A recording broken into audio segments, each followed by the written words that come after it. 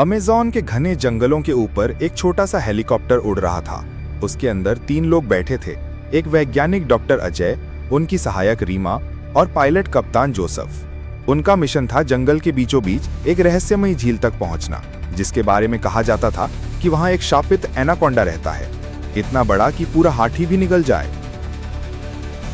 Helicopter की खिड़की से नीचे देखते ही हरे भरे जंगल ऐसे लग रहे थे मानो कोई हरी समुद्र की लहरें हों। आगे बढ़ने से पहले अपने प्यारे हाथों से सब्सक्राइब जरूर कर लेना, ताकि ऐसे ही रहस्यमयी कहानियां आप सबसे पहले देख पाओ। लेकिन उसी बीच अचानक रीमा ने खिड़की से बाहर इशारा किया। सर, नीचे कुछ हरकत हो रही है। डॉक्टर अजय ने देखा, घने पेड़ों को चीरते हुए एक विशालकाय साया हिल रहा था। देखते देखते वो साया जमीन से उठने लगा। ये कोई साधारण साया नहीं था, बल्कि 70 फीट लंबा एनाकोंडा था। उसकी आंखें लाल थी और उसका शरीर काले धब्बों से भरा हुआ। जैसे ही हेलीकॉप्टर झील के ऊपर पहुंचा, एनाकोंडा ने अपने विशाल शरीर को पेड़ों पर लपेटकर ऊपर उठाया और हेलीकॉप्टर की ओर छलांग लगाई।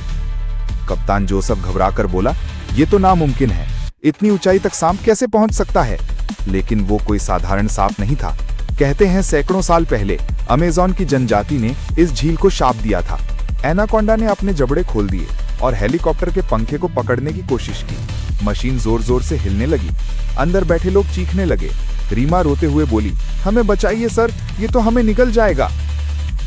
डॉक्टर अजय को याद आया कि उन्होंने जनजाति की किताब में पढ़ा था कि अगर उस झील में मौजूद प्राचीन आग का मशाल जला दिया जाए, तभी उस शापित एनाकोंडा को शांत किया जा सकता है। लेकिन मशाल झील के किनारे था। अब सबसे बड़ा सवाल था, क्या वे वहां तक पहुंच पाएंगे? कप्तान ने हिम्मत दिखाते हुए हेलीकॉप्टर को झील की ओर झुकाया। एनाकोंडा अब पूरी तरह हेलीकॉप्टर से लिपट चुका था। उसकी भारी पूंछ हेलीकॉप्टर को नीचे खींच रही थी। मशीन जोर जोर से हिचकियां लेने लगी। डॉक्टर अजय ने दरवाजा खोला और रस्सी के सहारे झील के किनारे कूद गए। मौत उनके सर पर मंडरा रही थी, लेकिन उन्होंने मशाल उठाकर आग जलाई। जैसे ही आग की लपटें उठी, एनाकोंडा ने कान फाड़ू चीख मारी। उसकी लाल आंखें बुझ गई और उसने हेलीकॉप्टर को छोड़ दिया। हेलीकॉप्टर डगमगाते हुए ऊपर चला गया और एनाकोंडा धीरे धीरे झील में समा गया। रीमा और कप्तान ने राहत की सांस ली। डॉक्टर अजय ने मशाल हाथ में उठाकर कहा, आज हमने सिर्फ अपनी जान नहीं बचाई, बल्कि उस जंगल के संतुलन को भी कायम रखा। लेकिन उनकी नजरें अब भी झील पर टिकी थी, क्योंकि पानी की सतह से बुलबुले उठ रहे थे। क्या वाकई एनाकोंडा मर गया था, या फिर वो दोबारा लौटेगा? आगे जानने के लिए सब्सक्राइब करके बेल आइकन ऑन कर देना और वीडियो कैसा लगा कमेंट में जरूर बताना।